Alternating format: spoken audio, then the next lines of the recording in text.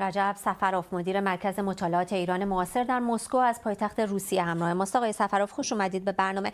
آیا روسیه از پیشروی اوکراین نگران نیست؟ یعنی اگر که اروپا سلاح‌های بیشتری به اوکراین بده، روسیه با چی مواجه خواهد شد؟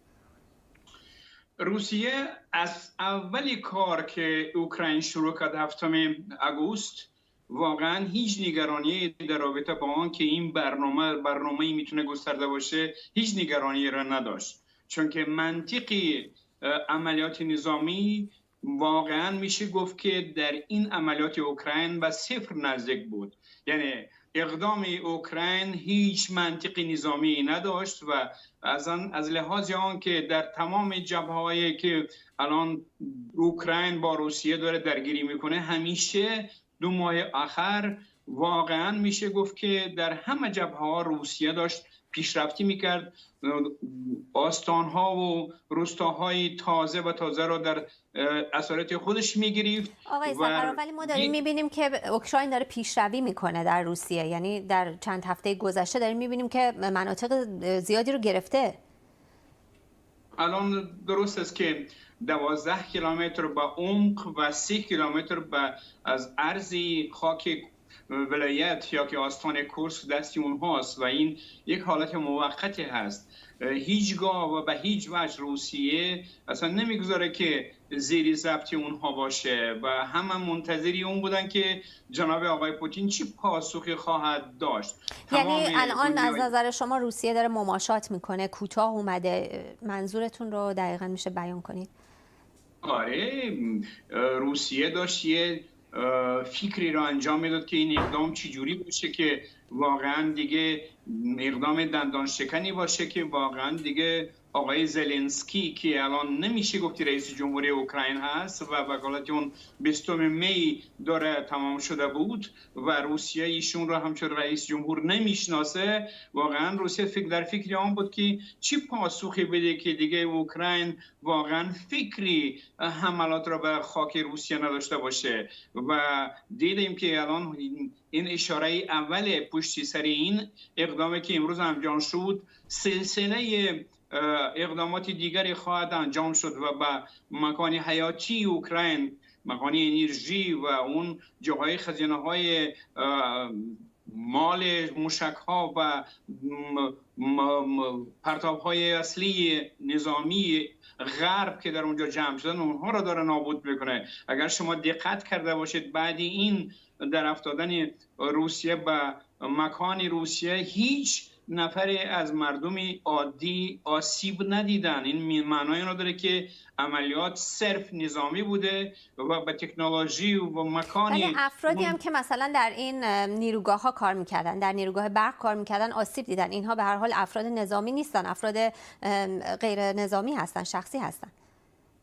ببینید اونها میدونستن که با چی سر و کار دارن، میدونستن که اون جایی که اونها فعالیت میکنن با سیستم نظامی و تکنولوژی روسیه داره، ایران داره، اوکراین داره تقویت میکنه. اونها جنگ اوکراین را با روسیه تامین میکنن. اونها قسم و یک حصه اصلی برنامه نظامی اوکراین هستن. اونها نمیتونن بیرون از این باشن، چون که تمام فعالیت اون مرکز حیاتی و انرژی اوکراین الان داره در اقتصاد نظامی اون کمک میکنه. حتی افرادی که در نیروگاه‌های مثلا برق دارن کار میکنن، نیروگاه‌های برق الان کارخانه‌های برق را استحصال میکنه و این برق میره به کارخانه‌های نظامی اوکراین، اونجا داره همه تسلیحات نظامی درست میشه. این یک قسمی حلقه اقتصاد نظامی حساب میشه. نیروگاه‌های برقی،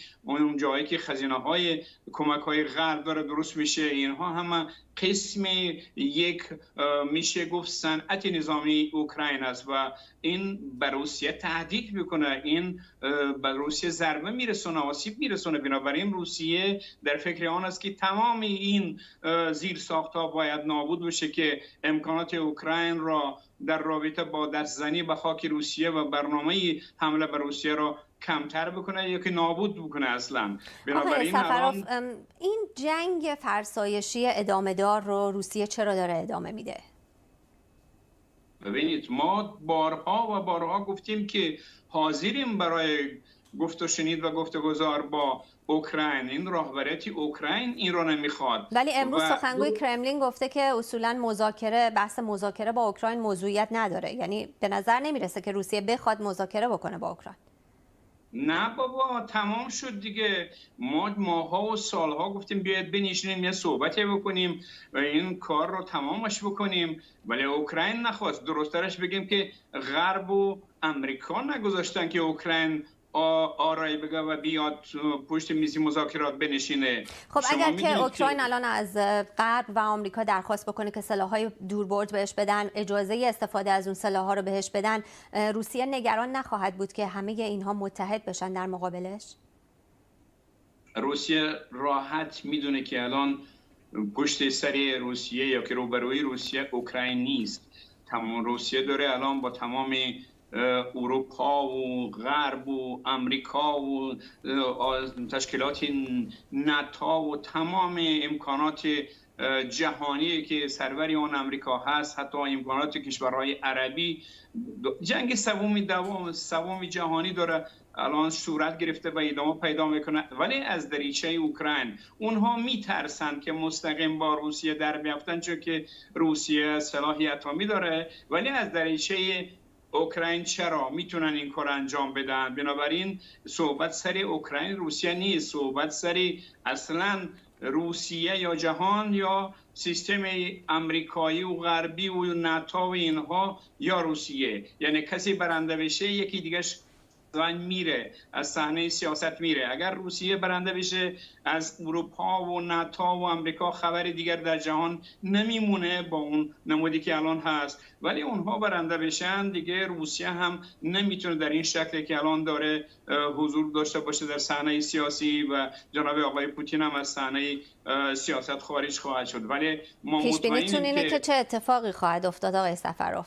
آره، من پیش بینی میکنم که چه اتفاقی میتونه باشه، چون که جنگ اوکراین و روسیه نیست. الان ما داریم در وارد جنگ جهانی شدیم که طرف ما جامعه جهانی، دنیای غرب، اروپا، ناتو و با سروری امریکاست. بنابراین الان دیگه ما از خودمون دفاع میکنیم. ما باید در دنیا حضور داشته باشیم و مطمئنیم که اونها برشکست میشن و در آینده نزدیک نه سیستم ناتو و از اروپایی که با این نمود هست که واقعا داره هدایت میکنه اوکراین رو که هرچی بیشتر جنگ بکنه و با اون تمام کمک‌های خودشون رو الان میدن.